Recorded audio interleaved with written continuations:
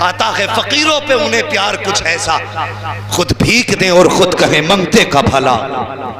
अल्लाह अकबर, ये करबला है साहिब। मैं कोई लैला मजनू की कहानी नहीं सुना रहा, मैंने कोई हीर राजा का किस्सा नहीं छेड़ा, ये करबला है करबला। खुदा की कसम, करबला को देखने के बाद आज तक आसमान रोता है। इमाम सज्जाद करबला के बाद 35 साल जिंदा रहे, लेकिन कभी मुस्कुराए नहीं।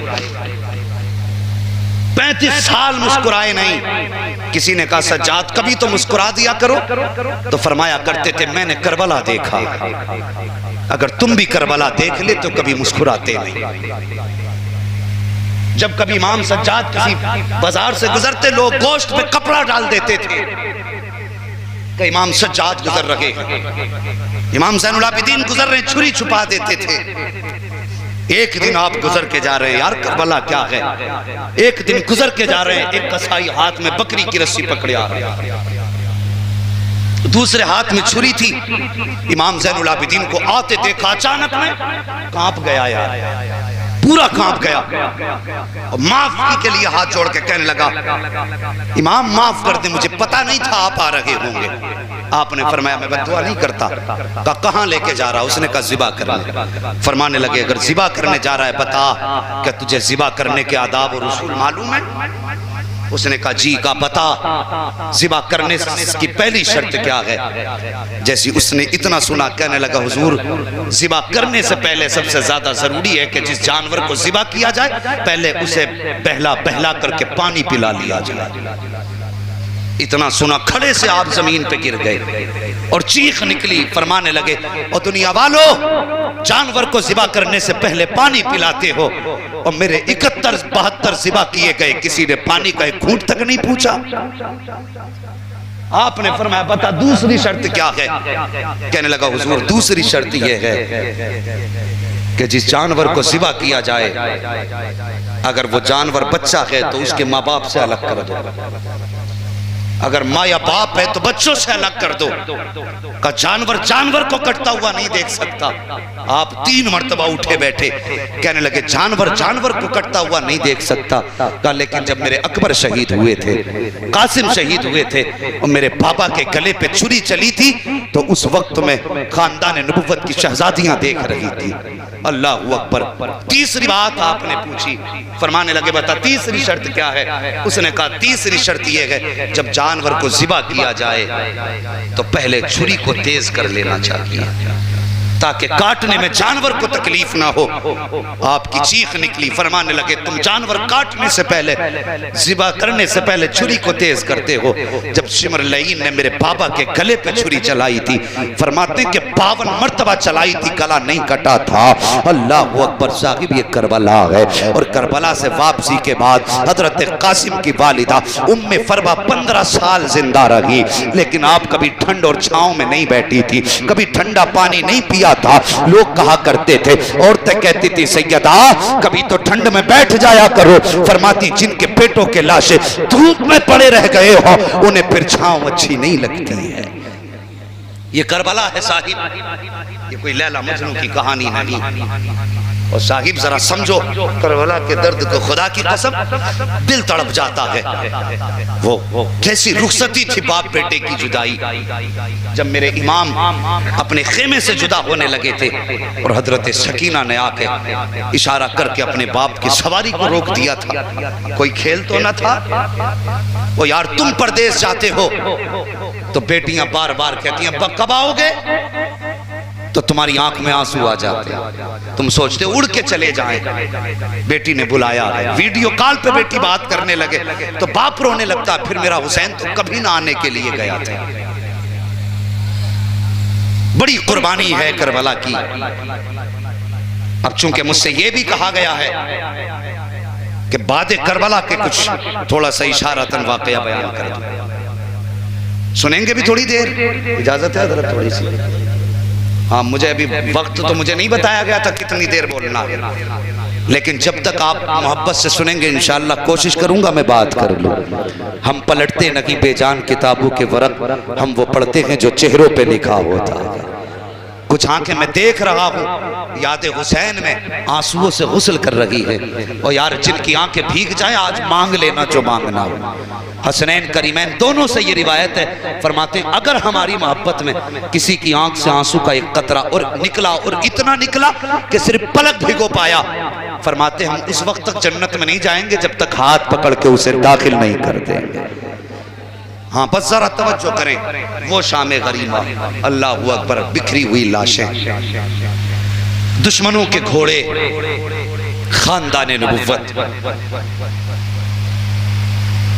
जब ये काफिले को करबला में लूटा गया, मैं एक बात पहले वजाहत के तौर पे बता दूं, कुछ रिवायतें ऐसी भी मिलती हैं जिसमें ये का बयान किया गया है किताबों में कि उनके सरों से चादरें छीन ली गई थी। ये रिवायतें मुझे हजम नहीं होती। क्यों? बेटी फातिमा तो ज़हरा की और बात पर्दे की, तो फिर दिल तो गवाही नहीं देता ना कि कोई छीन ले चादर। हजरत राबिया बसरिया सो रही है, चादर ओढ़ के चोर आ गया, पूरे घर में कुछ ना मिला, सोचा इनकी चादर ही ले चलूं। हाथ आगे बढ़ाया चादर की तरफ, अंधा हो गया। हाथ आगे बढ़ाया, अंधा हो गया, फिर पीछे कर लिया, फिर आगे बढ़ाया, फिर अंधा हो गया, फिर पीछे कर लिया, 11 मर्तबा हाथ बढ़ाया, अंधा हो गया। जब 12वीं मर्तबा हाथ आगे बढ़ाया, आवाज आई, नादान, राबिया सो रही है लेकिन इसका खुदा तो देख रहा है। मुझे बता राबिया ये उनके दर की कनीजों की कनीज है। अगर खुदा सैयदा के दर के कनीज की चादर नहीं उतरने देता तो फिर वो करबला में सैयदा ज़ैनब की चादर कैसे उतरने देगा? कैसे उतरने देगा चादर? और रह गई बात हिफाजत की, तो इम्तिहान और है और रुसवाई और है। हजरत इमाम अहमद बिन हम्बल कोड़े खाते थे, रोज कोड़े लगते थे।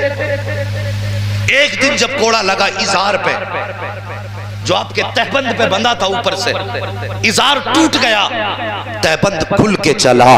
जैसी तहबंद खुल के नीचे चलने लगा, अब हजरत इमाम अहमद बिन हम्बल ने कहा था, या अल्लाह मेरे हाथ बंधे हैं, मेरे मालिक कोड़े खाता रहा, कोई शिकवा ना किया, खाल उधरती रही, मालिक कुछ नहीं मांगा, पिटता रहा, जबान तक न खोली। मेरे अल्लाह आज मेरी इज्जत पे हमला हो गया है, मेरा सत्र खुलने लगा है, या अल्लाह मेरे सत्र की हिफाजत फरमा। इतना कह के कहा था, या रसूल अल्लाह मेरी मदद फरमाइए। इतना कहने की देर थी तो हाथ नमोदार हुए हैं। इमाम अहमद बिन हम्बल के सतर को आके छुपा लिया है, तहबंद को रोक लिया है, इजार को फिर से बांध दिया। तो जो कोड़े मार रहे थे उन्होंने कहा था, इमाम अहमद बिन हम्बल बता तो सही ये हाथ कहां से आए थे और किसके हाथ थे? आपने कहा था, तुझे क्या पता है, जिनके लिए मारे खाता रहा हो वही आके इज्जत की हिफाजत करने लग गए।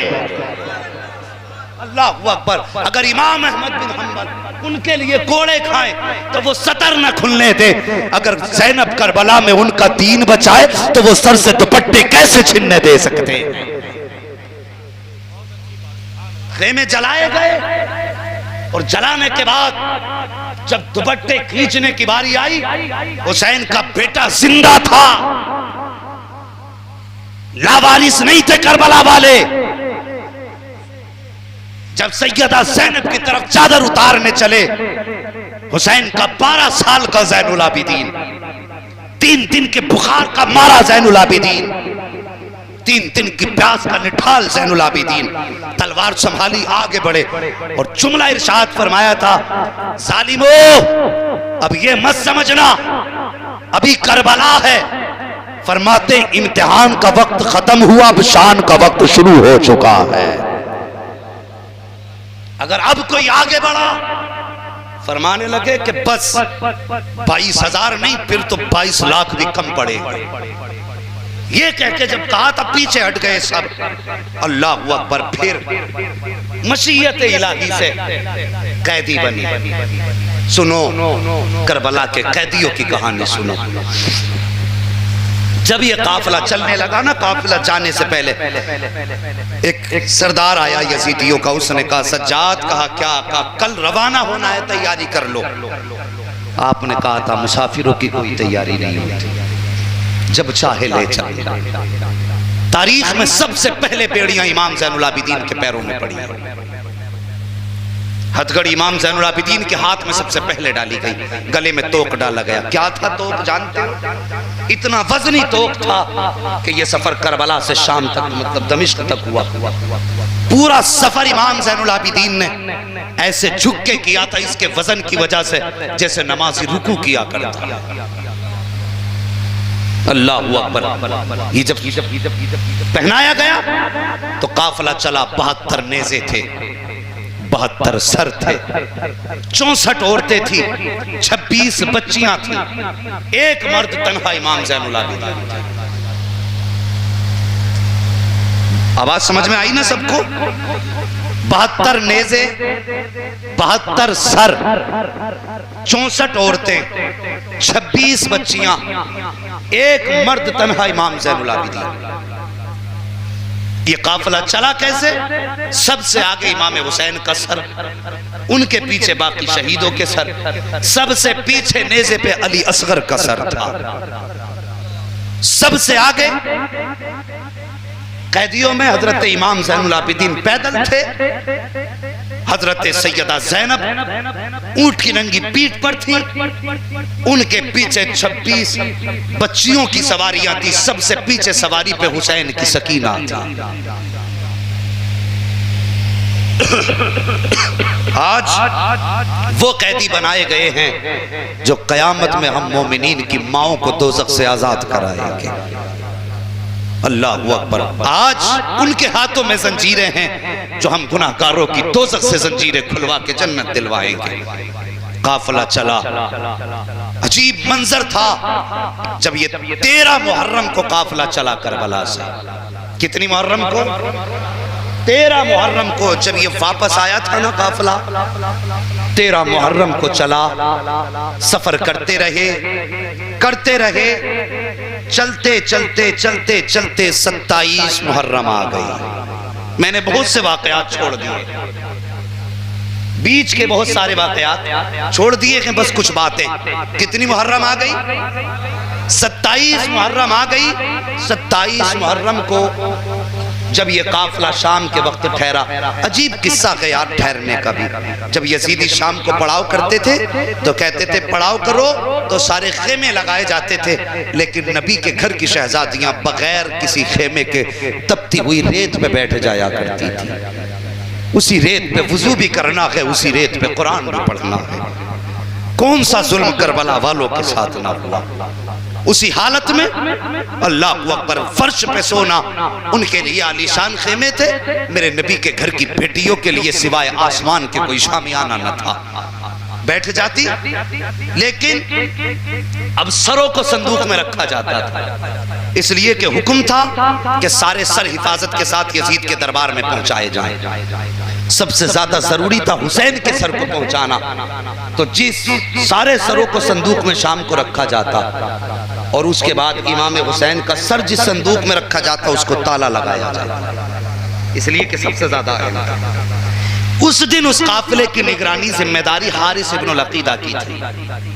वो कहता मैं था तफ्तीशी ऑफिसर, छान पटक करना, जांच करना मेरी फितरत थी। कहने लगा 13 मुहर्रम से काफिला चला था, सब सो जाते थे लेकिन हुसैन की सकीना नहीं सोती थी। जानते हो ये सकीना वो है जिसका करबला में सबसे ज्यादा नुकसान हुआ है। सबने कुछ न कुछ लुटाया है, लेकिन सबसे ज्यादा मेरे हुसैन की सकीना का नुकसान करबला में हुआ। सबसे ज्यादा इसका खर्च हुआ है करबला में। नहीं की, कभी किसी के हक में मेरे हुजूर कभी तबाह की नीयत से ना निकले। लेकिन जब अबू जहल ने हजरत फातिमा के तमाचा लगाया, रोते हुए घर आई है, मेरे हुजूर ने सैयदा की आंख में आंसू देके जमीन पे बैठ गए, बाजू फैलाए, आंख में आंसू आ गए और नबुव्वत की आंखें बरसने लगी। हुजूर ने फरमाया था, फातिमा क्या बात है, क्यों रो रही हो? जब पूरी बात बयान की, मेरे हुजूर को जलाल आ गया, गुस्सा आया। फरमाया जाओ अबू सुफियान के पास जाओ और उनसे जाके कहो अगर वो इसका इंतकाम लेते हैं तो बताएं, अगर वो नहीं लेंगे तो आज मोहम्मद खुद अपनी बेटी का इंतकाम लेके दिखा दे। अल्लाहू अकबर। मेरे हुजूर नसरीन इसकी तफसीर में फरमाते हजरत फातिमा गई अबू सुफियान के दरवाजे पे और जाने के बाद कहा, चचा मेरे वालिद ने ऐसे ऐसा कहा। दुश्मन है भी अबू सुफियान भी। जब बेटी गई तो चेहरा नहीं बिगाड़ा, यूं बाजू फैलाए और फैलाने के बाद हजरत फातिमा को गोद में उठाया, अबू जहल के दरवाजे पे लाए और लाके बाहर बुलाया और फरमाया, सैयदा बेटी फातिमा मार तमाचे। इतनी बात कही, हजरत फातिमा की आंख में आंसू आए, कहने लगी, चाचा हमारे वालिद ने बदला लेना नहीं सिखाया, माफ करना सिखाया, माफ करना सिखाया है। जब इतनी बात कही, हम बदला नहीं लेंगे। हजरत अबू सुफियान आगे बढ़े, हजरत फातिमा का हाथ पकड़ा, अपने हाथ से 4 तमाचे लगा।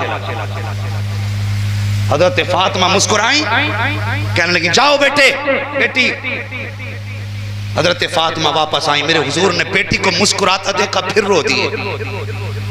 मैंने कहा था ना, बाप बेटी को तकलीफ में तो दे दे के फिर भी रो देता और खुश देखे तब भी रो देता। फरमाया जाओ, आ गई। मेरे हुजूर ने मुस्कुराते देखा, फिर रो दिए। अब क्या हुआ, पूरी बात बताई हजरत फातिमा ने। मेरे हुजूर ने नबुव्वत वाले हाथ उठा दिए। या अल्लाह, अबू सुफियान ने मेरी फातिमा को खुश किया है, या अल्लाह इसे उस वक्त तक मौत ना देना जब तक मोहम्मद की झोली में ना डाल दे। ये है बेटी और बाप का रिश्ता। समझ रहे हैं मेरी बात? ये रिश्ता है बाप और बेटी का। हारिस इब्नुल अकीदा कहता है, हजरत अली अकबर के सर को संदूक में रखा और उसके बाद हजरत फातिमा हजरत सकीना आगे बढ़ी। कहती धीरे धीरे आई, आने के बाद फिर वहां पहुंची जहां पर हुसैन का सर रखा हुआ था।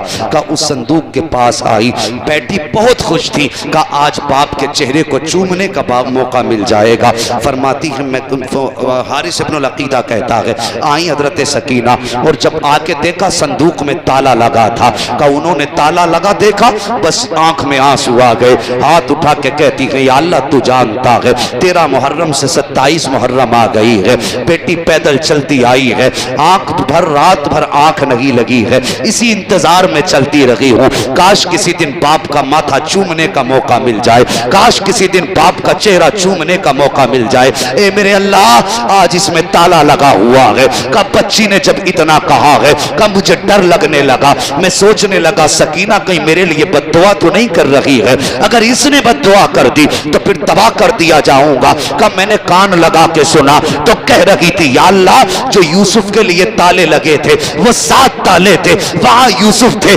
यहाँ तेरे महबूब की नवासी सकीना है। या अल्लाह तूने यूसुफ के लिए 7 ताले तोड़े थे, यहाँ तो 1 ताला है। या अल्लाह अपने महबूब की शहजादी सकीना के लिए ताले का तोड़ दे, ये इंतजाम कर दे, मुझे बाप का चेहरा देखना है। का इतनी बात सकीना ने रो के कही थी। का मेरा जी चाहता था कि मैं चाबी निकाल के सकीना को दे दूं, लेकिन फिर मैंने फैसला किया क्यों दूं चाबी सकीना को, सकीना कोई लावारिस तो नहीं है। मैं जानता हूं कि सकीना वो है कि जिसका अर्शो वाला खुदा भी वारिस है, फर्शो वाला मुस्तफा भी वारिस है। क्या जरूरत चाबी देने की? कहा मैंने चाबी नहीं दी। कहा अभी हाथ नीचे नहीं आए थे। कहा जब सकीना ने देखा ताला टूट के पहले जमीन पे आ गया था। कहते सकीना के हाथ नीचे बाद में आए, ताला टूट के पहले नीचे आ गया। और अजीब मिलन था फिर बाप बेटी का। कौन लिखे इस तारीख को? वो कहता 27वीं शक्ति, चांद भी छुपा था, सूरज तो था ही नहीं, रात थी। कहने लगा अंधेरा था। जैसे ही सकीना ने संदूक का ढक्कन खोला, कहता पूरे मैदान में ऐसी रोशनी निकली जैसे कि आसमानों से चांद जमीन पे उतर आया। का मेरी भी आंख खुल गई कि ये उजाला कैसा। मैंने यूं देखा कुछ न था, फिर देखा तो सरे हुसैन से ये रोशनी निकल रही थी। और यार सच वो है जो सर चढ़ के बोला करता। ये सदाकत थी इनकी। दुश्मन कहते कि ये रोशनी हुसैन के सर की थी। का फिर सकीना ने गोद में रखा बाप का सर, साफ किया, करने के बाद चूमा। बहुत सारी बातें हुई, अब मैं बातें इंशाल्लाह कभी फिर बताऊंगा। बच्ची ने कहा बाबा एक बार तो अपनी बेटी से बात कर लो। हारिस इब्नुल अकीदा कहता इतनी बात जब सकीना ने कही लबे हुसैन हिले और कुरान की तिलावत जारी हुई। अल्लज़ीना इज़ा असाबतहुम मुसीबा क़ालू इन्ना लिल्लाहि व इन्ना इलैहि राजिऊन। का बेटी परेशान ना होना, पूरे सफर में हुसैन भी साथ है, मदीने वाला मुस्तफ़ा भी साथ है। अल्लाह। फिर फजर का वक्त हो चुका था। हजरत सकीना ने कहा बाबा इजाजत दें, नमाज भी पढ़नी है, कुरान भी पढ़ना है। अल्लाह अकबर। ये हुसैन का घराना है, ये सफर है इनका, मगर कोई ने मजबूर ना समझ, मजबूर मत समझना। ये सब कुछ लुटा के भी मुख्तार रहे, सब कुछ लुटा के भी मुख्तार रहे हैं। हलब से 12 मील पहले एक बस्ती आई। ये जब काफिला जा रहा था, अभी थके तो नहीं है, इशारा फरमा देना, जरा बोल दे या हुसैन। अभी सारे नहीं बोले, फिर सलाम ही पढ़ लिया जाए, कोई जरूरी भी तो नहीं है भाई। जरा सारे मिलके बोल देना या हुसैन। आज मैं चाहता हूँ हजरत ज़ैनब की मदीना वापसी सुना दूं आखिर में।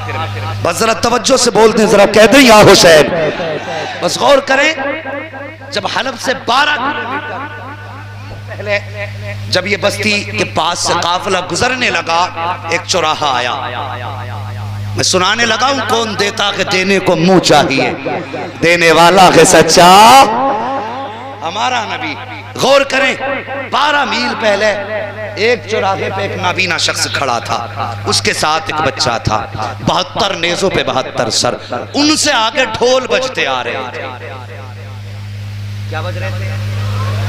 ढोल बज रहे थे। आगे आगे ढोल, पीछे पीछे 72 नेज़े।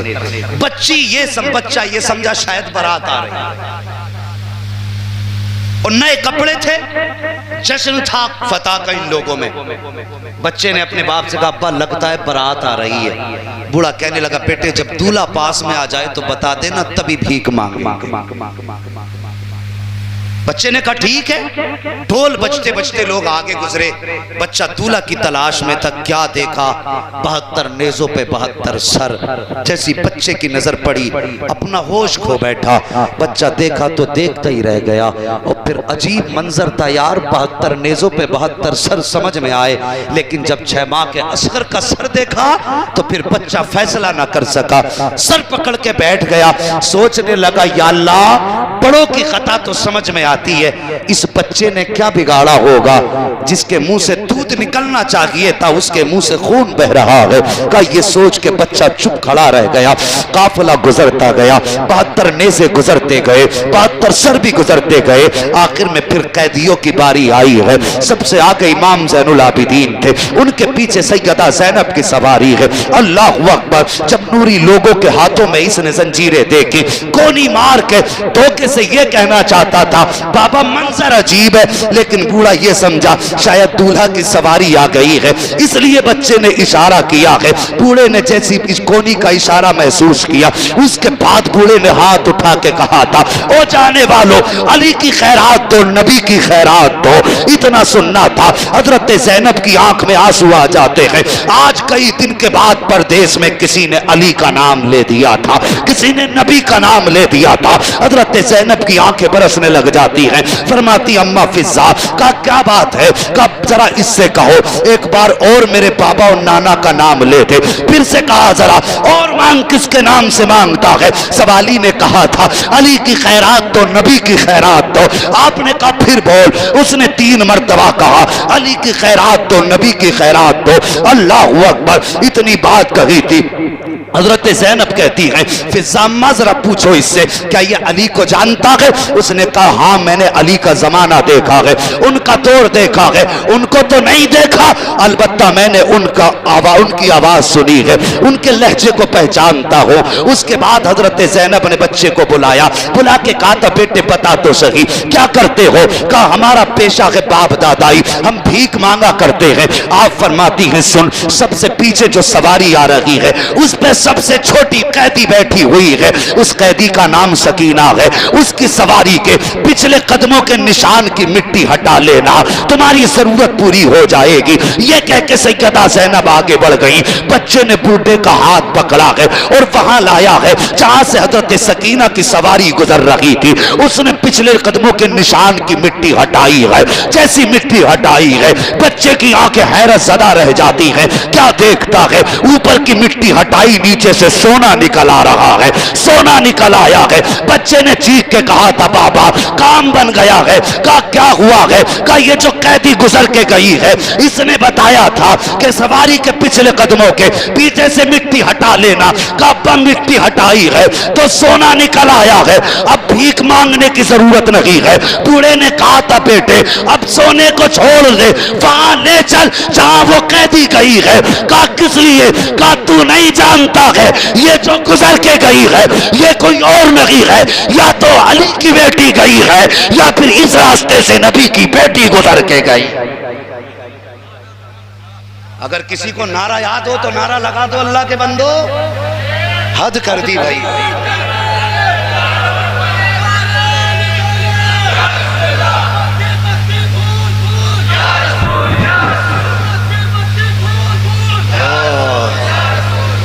अल्लाह सलामत रखे। लगाओ लगाओ नारा लगाओ भाई, पूरा करो नारा।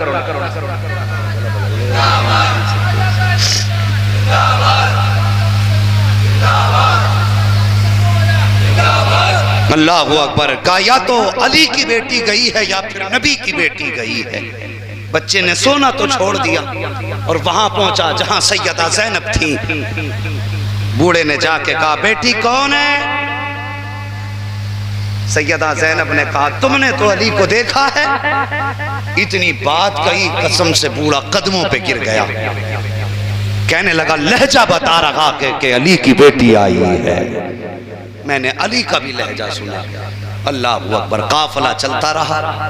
रास्ते में काफी इम्तिहानात हुए, काफी मुसीबतों का सामना किया और फिर आखिरकार ये काफिला करबला से कितने मुहर्रम को चला था? अल्लाह सलामत रखे। जवानों तुम्हारी जिंदगी हो माशाअल्लाह। कितनी तारीख को? 13 मुहर्रम को चला था। मुहर्रम गुजर गया, सफर गुजर गया, रबीउल अव्वल गुजर गया, रबीउल सानी, जमादुल उला, जमादुल उखरा, रजब, शाबान, आ गया रमजान। जब ये काफिला मदीना शरीफ पहुंचा तो रमजान की 27 तारीख थी। कितनी? जरा जोड़ के देखो कितने महीने बनते हैं? 27 रमजान तक, 13 मुहर्रम से लेके 27 तक बनते हैं तकरीबन 9 महीने। कितने? 9 महीने। जरा ख्याल करो जब इस सफर की मसाफत जोड़ी गई, जिस तरह से जैसे जैसे ये सफर कराए गए थे, एक दो जगह चूंकि बगावत हो गई थी सरों को देख करके, तो इन्होंने रास्ते बंद कर दिए थे, शहरों के जंगलों से घुमा के निकाला था। हाँ, तो जब वो मसाफत जोड़ी गई, जिन रास्तों से अली की बेटी गुजर के आई थी, तो पूरी मसाफत 9 महीने की 5600 मील बनती है। कितनी? 5600 मील।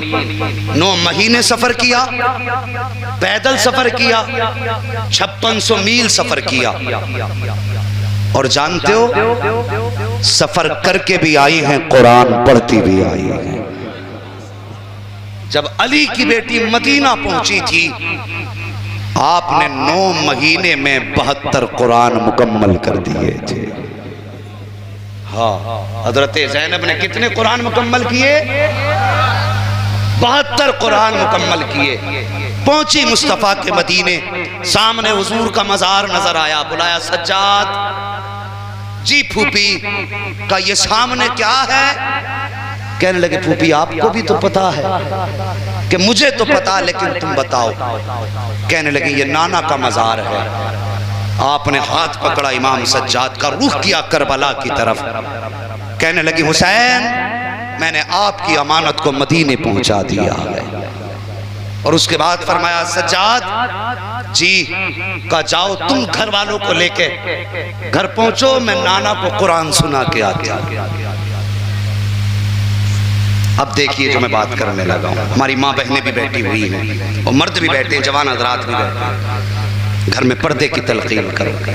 इतना सब कुछ हुआ लेकिन सैयदा ज़ैनब का किसी ने नाखून तक नहीं देखा। जब आप करबला से मदीने आई हैं, सर से लेके पैरों तक बुर्का था।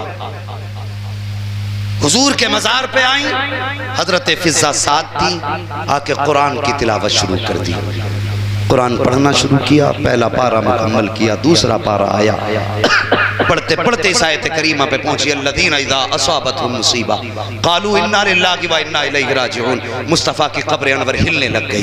हजरत फिजा ने यूं हाथ रखा, कहने लगी ज़ैनब बस कर, देखती नहीं नबी की कब्र अनवर हिलने लग गई है। और लोग कहते हैं क्या फ़र्क पड़ता है ज़ैनब के रोने से, ये उलमा बैठे हैं, इनसे पूछिए। अल्लामा जामी ने चंद शेर नात के लिखे थे और हुजूर को सुनाने चले थे। ये नियत थी कि हुजूर को जाके सुनाएंगे। मेरे हुजूर ने हाकिम वक्त के ख्वाब में आके कहा था मेरा जामी आ रहा है, उसे मदीने से पहले पहले पकड़ के कैद कर दो, इसलिए कि अगर वो मेरे मज़ार पे आ गया तो मुझे कब्र से निकल के उससे मुसाफा करना पड़ जाए। यार जामी आए तो नबी कब्र से निकलने के लिए तैयार हो, और बेटी आए तो फिर नबी को पता ना हो, ये कैसे हो सकता है? समझ रहे ना मेरी बात? अगर गलत हो तो खड़े होके कह देना। जामी का दर्द नबी जानते हैं, ज़ैनब का दर्द नहीं जानते थे। हजरत फिजा ने कंधे पे हाथ रखा, सैयदा बस कर, नबी के कब्र अनवर हिल रही, कहीं ऐसा ना हो कयामत आ जाए। मुस्तफ़ा की कब्र अनवर से आवाज आई, ज़ैनब जाओ, सब्र करो, घर जाओ। बताने की जरूरत नहीं है, जब तुम्हारे बेटे शहीद हो रहे थे, सिर्फ मैं ही नहीं सारे नबी मेरे साथ तुम्हारे बेटों की शुजाअत देख रहे थे। अल्लाहू अकबर। घर आई, बहन बहन थी। जानते हो सैयदा ज़ैनब वो हैं जिनके 18 भाई थे। कितने? 18 भाइयों की बहन है सैयदा ज़ैनब, और सबके दरवाजे लाइन से हैं। आज जब ज़ैनब आई है ना तो कोई भाई बाकी नहीं बचा, सबके दरवाजों पे ताले थे। सबसे पहले आप अपने भाइयों के दरवाजे पे आई हैं। आते आते गाजी अब्बास का दरवाजा आया, चीख निकल गई सैयदा ज़ैनब की। कहने लगे गाजी ये वही चौखट है जहां मैं 27 रमजान को पहले भी आती रही हूँ, लेकिन आज से पहले ईद के लिए आती थी सलाम करने के लिए। पहले पहले ईद किया करती, ईद का सलाम करती थी। गाजी तुम मेरे वो भाई थे जो सारे भाइयों के घर से ईदी लेके मेरे दरवाजे पे पहुंचाया करते थे। आज दरवाजों पे ताले लगे हैं। अल्लाहू अकबर। आपने सर से लेके पैरों तक पर्दा कर रखा है। फिर उसके बाद आप अपने घर के लिए घर की तरफ चली हैं। जब घर की तरफ चली, जरा देखो सैयदा का पर्दा, आपने सर से लेके पैरों तक पर्दा कर रखा है। जब घर से गई थी तो शोहर ने कहा था मेरी बीवी जा रही हो, अपने बच्चों को साथ लेके चली जाओ, बेटियां घर छोड़ दो, बेटे साथ ले जाओ, इसलिए कि बेटे तुम्हारे बगैर रुकते नहीं है। लेकिन आज जब बेटों के बगैर ज़ैनब आ रही है तो हिम्मत जवाब दे गई है, घर में कदम रखने की ताकत नहीं है। आज जब घर से गई थी, करबला शरीफ के लिए रवाना हुई थी, बेटियों से कहा था बेटी 2 काम हमेशा याद रखना। बच्चियों ने कहा था अम्मी कौन सी बात? का दरवाजे पे फकीर आ जाए तो भीख देने में जल्दी करना, दूसरी बात कभी कुरान की तिलावत न छोड़ देना। ये 2 बातें बेटी से कह के गई थी। अल्लाहू अकबर। आज ज़ैनब अकेली आई है, अपने दरवाजा जब आया है हिम्मत जवाब दे गई है, अपने दरवाजे पे पहुंची है, कुरान की तिलावत की आवाज आ जाती है। कहती है कुरान की तिलावत को सुना, अपने दरवाजे पे बैठ जाती है। कुरान की तिलावत सुनने के बाद आपकी जबान से जुमला निकला अल्हम्दुलिल्लाह। जैसी आपने इतना कहा है, ये आवाज बच्चियों के कानों से अंदर टकराई है। बड़ी बहन ने छोटी बहन से कहा था देख लगता है दरवाजे पे भिखारन आई हुई है। माँ कह के गई थी अगर दरवाजे पे सवाली आ जाए तो भीख देने में जल्दी ना करना, ले जल्दी से 2 दिरहम दिए हैं बेट बहन ने। कहा जल्दी कर, दरवाजे पे भिखारन बैठी है, ये दिरहम दे के आ जा। छोटी बेटी आई है, आने के बाद किवाड़ खोले हैं, पर्दे की आड़ से हाथ निकाल के कहा था ले सवालन जल्दी ले और सफर शुरू कर दे। इतना सुना है हजरत ज़ैनब की आह निकल जाती है, फरमाती बेटी मैं कोई भिखारन नहीं हो। कहा फिर कौन हो? कहा परदेसी हो। कहा यहाँ क्यों बैठी हो? कहा तुम्हारा कुरान सुना, बस यही बैठ गई हो। इतना सुनना था। छोटी बेटी कहती है ओ परदेसी, तूने कुरान हमारी माँ का नहीं सुना है, काश तूने सैयदा ज़ैनब का कुरान सुन लिया होता तो हमारे कुरान की तारीफ ना करती। तू क्या जाने, जब हमारी माँ कुरान पढ़ती थी तो 18 भाई छुप छुप के सुना करते थे। जब हमारी माँ कुरान पढ़ती थी तो हमारे दादा हमारे नाना हजरत अली कुरान चुप चुप के सुना करते थे। तुझे क्या मालूम है कि हमारी माँ कितना प्यारा कुरान पढ़ती है? अल्लाह अकबर। आपने कहा बेटी और कुरान पढ़ो। बेटी जाके कुरान पढ़ना शुरू कर देती है। कुछ देर गुजरी है, वो यार थोड़ी सी देर गुजरी है कि आपके शोहर सितारे अरब हजरत अब्दुल्ला बिन जाफर तैयार आ जाते हैं। कैसा पर्दा सैयदा ज़ैनब का था कि अपने शोहर ने भी नहीं पहचाना है। आपने देखा दरवाजे पे शायद भिखारन बैठी है, चेहरा फेरा, जेब में हाथ डाला और हाथ बढ़ा के कहने लगे लो ये अपना हिस्सा लो, सफर शुरू करो। इतना सुनना था। सैयदा ज़ैनब फिर चीख निकल जाती है, कहती मैं कोई भिखारन नहीं हूं। कहा फिर कौन हो? कहा परदेसी हो। आपने इतना सुना, कहते हैं अगर परदेसी हो तो सुनो शाम हो गई है, मेरी बीवी परदेश गई है, मेरी बच्चियां उसे याद करके रोया करती हैं। ए परदेश जाने वाली, अगर तेरे पास थोड़ा वक्त हो तो कुछ वक्त मेरी बच्चियों के पास गुजार ले, ताकि बच्चियों की एक रात सुकून से गुजर जाए। इतना सुनना था। हजरत ज़ैनब उठी है, अभी चेहरे से नकाब नहीं उठाया है, घर में तशरीफ लाई है हजरत जाफर तैयार के शहजादे हजरत अब्दुल्ला ने बच्चियों से कहा था बेटी परदेसी आई है, कोई मेहमान है, इनके पानी का इंतजाम करो, बिस्तर का इंतजाम करो, मुसीबत ज़्यादा लगती है, परदेश से आई है, थकी लगती है। ये बात अपने बच्चियों से कही हजरत अब्दुल्ला बिन जाफर तैयार ने। छोटी बेटी जल्दी से उठी है, हाथ में पानी का प्याला लाई है। लाने के बाद सैयदा ज़ैनब के आगे प्याला किया था। वो यार कयामत का मंजर था। जैसी हाथ में पानी का प्याला आया, सैयदा ज़ैनब ने कहा था बेटी हमें पानी अच्छा नहीं लगा करता है, ये कह के प्याला वापस कर दिया। बड़ी बेटी ने कहा था खातून बिस्तर कर दिया है, बिस्तर पे लेट जाएं। आप फरमाते हैं कुछ दिन से हमें जमीन से अच्छा बिस्तर नहीं लग रहा है। उसके बाद आपने बिस्तर से इनकार किया तो साहिब बच्चियां भी अजीब होती हैं, औरतें बच्चियां बड़ी जल्दी मिल जाती हैं। जब सारी चीजों का इनकार हो गया, एक छोटी वाली बच्ची आके बैठ गई, आके बैठ के कहने लगी परदेसी हो? कहा हाँ। कहा कहाँ की रहने वाली हो? कहा अरब के ही रहने वाले हैं। कहा किस खानदान से ताल्लुक है, कौन हो?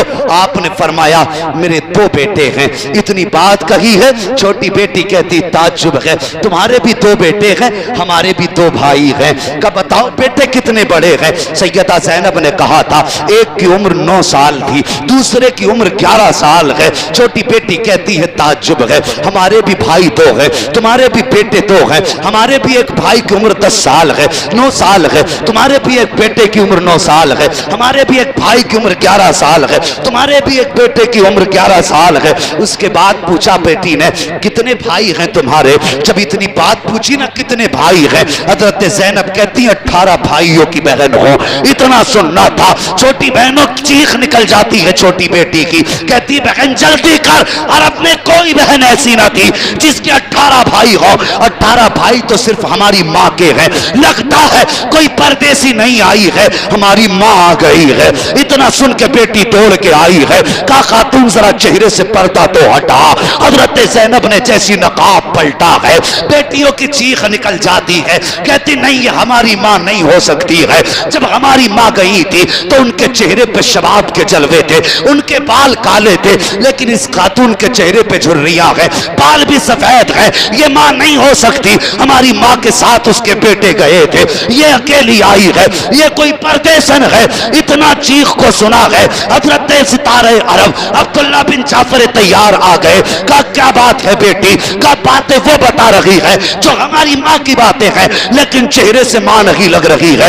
इतना सुनना था। हजरत ज़ैनब की सब्र के बंधन टूटे हैं, सब्र का बंधन टूटा है, बेटियों को सीने से लगाया है। फरमाती बेटी हो चेहरा ना ना मोड़ो, मैं कोई और नहीं हूं बल्कि तुम्हारी माँ सैयदा ज़ैनब हो। जब इतना सुना है बहनों की चीख निकली, कहा माँ भाई कहाँ है, उन्हें कहाँ छोड़ के आई हो। हजरत ज़ैनब ने कहा था, ए बेटियों मैं बेटे लुटा आई हो, मुस्तफा की उम्मत भी बचा के आई हो, उनका कुरान भी बचा के लाई।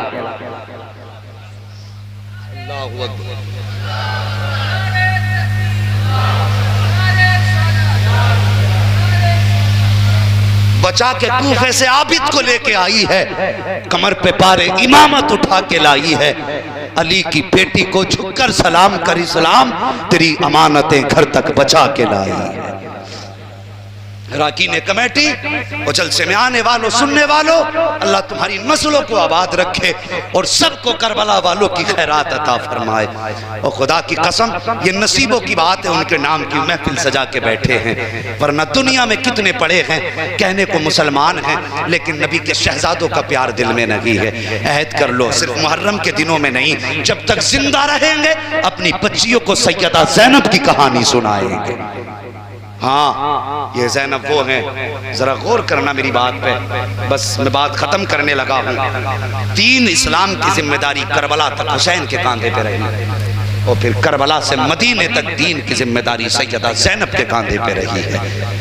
हाँ इन्होंने दीन को मदीने तक पहुँचाया है। और सुनो, यजीद के 12 बेटे थे, हुसैन का तो एक ही था। एक रिवायत में यजीद के 14 बेटे थे, हुसैन का सिर्फ एक था। जिसके 14 थे, आज कोई दुनिया में तुम्हें इब्ने यजीद कहने वाला नहीं मिलेगा। आज पूरी दुनिया में तुम्हें कोई नहीं मिलेगा जो कहे मैं यजीद का बेटा हूं। लेकिन खुदा की कसम मेरे हुसैन का एक था करबला में। आज पूरी दुनिया की कोई जमीन ऐसी नहीं जहां पे हुसैन के बेटे ना रहते। हाँ पूरी दुनिया में आज मेरे हुसैन की औलाद मौजूद है। ये बात हकीकत है कि जो सर कट गए थे आज भी वही मौजूद हैं। दुनिया में वही खानदान है जो कटा था, काटने वाले मिट गए और कटने वाले आज भी मौजूद हैं। आला हज़रत फरमाते हैं तेरी नस्ल पाक में है बच्चा बच्चा नूर का, तू है ऐने नूर तेरा सब घराना नूर का। ओ जवानों हुसैन से प्यार करो। मैंने कहा सिर्फ मुहर्रम भर नहीं, पूरी जिंदगी हुसैन हुसैन करना है। मर के देख उनकी मोहब्बत में। फरमाया गया अला व माता अला हुब्बे आले मोहम्मद माता शहीदा। खबरदार होशियार आगाह हो जाओ, जो औलाद रसूल की मोहब्बत में मरेगा अल्लाह उसे शहादत का दर्जा अता फरमाएगा। और ये तो इतने पाक है, इनकी मोहब्बत में भी मर जाओ तो अल्लाह शहीद बना देता। अल्लाह ताला हम सबको करबला वालों का सच्चा पक्का इश्क अता फरमाए। और जवानों जिंदगी बदलो, दुनियादारी छोड़ो, मुस्तफ़ा के दामन में आ जाओ, उनके नवासे से प्यार करो। खुदा की कसम जो हुसैन का प्यारा हो गया वो मदीने वाले मुस्तफ़ा का प्यारा हो जाएगा। हाँ ये कानून भी है। मेरे हुजूर ने दुआ की थी ना, या अल्लाह मैं इनसे प्यार करता हूँ तू भी इनसे प्यार फरमा, और जो इनसे प्यार करे तो उससे भी प्यार फरमा। यही तो कहानी बन गई हम लोगों की, वरना हम तो पापी थे, खाती थे, बख्शिश के कोई ठिकाने ही नहीं थे, बस बहाना मिल गया। हुजूर ने फरमा दिया तुम हुसैन से प्यार करो, मैं भी तुमसे प्यार करूँगा। वो तो निहायत सस्ता सौदा बेच रहे हैं जन्नत का, हम मुफलिस क्या मोल चुकाएं, अपना हाथ ही खाली है। बस हुसैन से प्यार करो। वह बशर साबिरीन, खुशखबरी है सब्र करने वालों के लिए। मुस्तफ़ा की औलाद ने सब्र का दामन न छोड़ा। आज देखो खुदा की कसम दुनिया भी उनकी कर दी गई, आखिरत भी उनकी कर दी गई। में बड़े पावरफुल लोग हैं। सुनते हो करबला से वापसी के बाद जब अब्दुल मलिक बिन मरवान जब बैठा ना कुर्सी पे, इमाम सज्जाद ने तारीख दुनिया होकर के इमाम ज़ैनुल आबिदीन गोशा नशीन हो गए, सब कुछ छोड़ दिया। तो इसने देखा यार हुकूमत मेरी है लेकिन दिल आज भी इन्हीं की तरफ झुके जा रहे हैं। इसने पैगाम भेजा कि इमाम ज़ैनुल आबिदीन को बुलाया जाए। आपने फरमाया ये हमारी शान नहीं, हम बादशाहों के दरबार में जाएं, बादशाहों की अटके तो वो हमारे दरबार में आए। आपने फरमाया अगर फकीर बादशाह के दरबार में जाएं तो इसमें बादशाह की तौहीन है, और अगर बादशाह फकीर की चौखट पे आए तो इसमें बादशाह की इज्जत हुआ करती। कहा मुझे नहीं आना। उसने अपने फौजी भेज दिए और कैद करा लिया इमाम ज़ैनुल आबिदीन, कैद करा के दरबार में बुलाया और बुला के कहने लगा आप क्यों नहीं आ रहे, मैंने बुलाया था। आपने फरमाया देख हमने गोशा नशीली इख्तियार कर ली है, तू अपना काम कर, हमें अपना काम करने दे, हमें न छेड़। हम अल्लाह अल्लाह में लगे। कहा नहीं मैंने बुलाया था, आना चाहिए था। आपने फरमाया सुन तेरी बादशाह से मुझे कुछ नहीं लेना देना, और तेरी बादशाह तू जाने, तेरी बादशाह जाने। तो कहने लगा तुम्हारे पास है क्या? तो आपने फरमाया जा हमारे मुंह ना लग। क्या फरमाया? हमारे, सुन ले सारे लोग, हमारे बोल दो यार सारे, हमारे मुंह ना लग। उसने कहा अच्छा ये बात है। कहने लगा यजीद के पास ताकत थी, उसने आपको कैद करा लिया, मेरे पास ताकत थी, मैंने आपको कैद करा लिया, अब तुम्हारे पास ताकत हो तो दिखाओ। आपने इतना कहा, कहने लगे अली के बेटों के मुंह नहीं लगा करते। आपने फरमाया अली के बेटों के मुंह नहीं लगा करते। कहा दिखाओ ना ताकत। इतनी बात कोई आपकी जबान से निकला अल्लाह, एक बार, दूसरी बार अल्लाह, तीसरी बार कहा अल्लाह। इतना कहा बेड़ियां हथकड़ियां टूट के सारी गिर गई। जब टूट के गिरी ना तो वो अपनी जगह से उठ के खड़ा हो गया। आपने फरमाया बैठ जमीन पे, फौरन डर के बैठ गया। आपने फरमाया सुन, कल भी ताकत हमारे पास थी, आज भी ताकत हमारे पास है, फर्क ये है जब खुदा कहता है तब ताकत दिखाते हैं, जब वो नहीं चाहता हम ताकत नहीं दिखाया करते। नारे तकबीर, अल्लाह, नारे रिसालत, हुसैन का दामन, हुसैन का दामन नहीं छोड़े। अल्लाह सलामत रखे जवान, तुम्हारी जिंदगी हो। ओ भाई इतने प्यार से आपने अब तक बैठ के अपने आका का जिक्र सुना। ओ या अल्लाह हम इतनी दुआ करते हैं तेरे महबूब का वास्ता, क़यामत के दिन इन आंसुओं के सदक़े में या अल्लाह हमारी मग़फ़िरत फरमा देना। जो आंखें बरसी हैं या अल्लाह ये तेरे महबूब के नवासों की याद में बरसी हैं, या अल्लाह तुझे इन आंसुओं का वास्ता हर आने वाले की मेहनत कबूल कर ले, हर आने वाले के सफ़र को कबूल फरमा ले। जो दूर दराज से चल के आए हैं या अल्लाह इन्होंने जितनी मसाफत यहाँ के लिए तय की है या अल्लाह उतनी मसाफत इनके लिए जन्नत से करीब फरमा दे।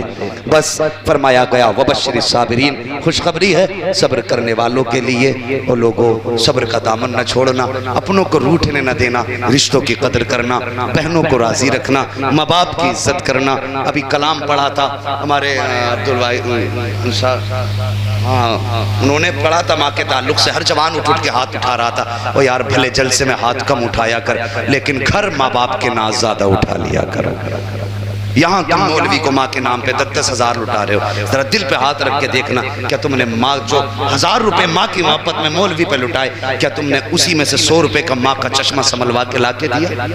वो जरा ख्याल करना। मैं कोई ज्यादा लंबी तकरीर नहीं, 2 बातें कह के जा रहा हूँ। तुमने 1000 रुपए हम पे उड़ाए माँ के नाम पे, बताना क्या तुमने उसमें से 50 रुपए की बाप की या माँ की दवा ला के दी? इसको जरा दिल पे रख के सोचना। अगर तुम माँ बाप पे भी खर्च करते हो तो तुम्हारे हर जगह का खर्चा कबूल है, और अगर माँ बाप पे खर्च नहीं करते ना तो फिर तुम एक मौलवी क्या जाके सारा पैसा गुंबद खजरा पे लगा के आ जाओ, अल्लाह को वो खर्च भी कबूल नहीं है। अल्लाह कबूल बाद में करेगा, पहले घर माँ पे लगाओ, बाद में निकल के मस्जिदों में लगाया करेंगे इंशाअल्लाह। ऐसे ही किसी की माँ को औलाद से शिकवा ना हो, अल्लाह सबकी माओं को सलामत रखे। या अल्लाह हुसैन की माँ का वास्ता, जितनी माएँ दुनिया से गई हैं सबको जन्नत अता फरमा दे अगर साथ ईमान के गई हैं मौला, और जितनी साथ ईमान के दुनिया में मौजूद हैं सबकी उम्र में बरकतें अता फरमा दे। या अल्लाह इमाम का वास्ता, हम सब के माँ बाप जितने बाहयात हैं उनकी उम्र में बरकतें अता फरमा दे। जो चले गए हैं करबला वालों के सदक़े में सबकी मग़फ़िरत फरमा दे। बच्चों हुए अगलात उनको माफ़ फरमाए रब्बे कायनात। जिंदगी ने दिया साथ तो फिर होगी मुलाकात, चमन रहा फूल खिलेंगे, जिंदगी रही फिर मिलेंगे। मुसाफिर हैं हम भी, मुसाफिर हो तुम भी, किसी मोड़ पर फिर मुलाकात होगी। फकीरान आए सदा कर चले, सदा खुश रहो, ये दुआ कर चले। सारे लोग कलमा शरीफ पढ़ लीजिए, ला इलाहा सुभान अल्लाह। ये आगे वाले लोग शुरू से साथ दे रहे, कम से कम कलमे में पीछे वाले तीजे ही समझ के साथ दे ले। इस नियत से कलमा पढ़े मेरे साथ कि अल्लाह इसका सवाब करबला वाले हुसैन की बहन बेटी, उनके रुफका, उनके जानिसारों की रूह को अता फरमा दे। जोर से पढ़ें ला इलाहा इल्लल्लाहु मुहम्मदुर रसूलुल्लाह व मा अलैना इल्लल बलाग अस्तगफिरुल्लाह रब्बी मिन कुल्ली ज़ंबिन व अतूबु इलैहि। अस्सलामु अलैकुम व रहमतुल्लाहि व बरकातुहू।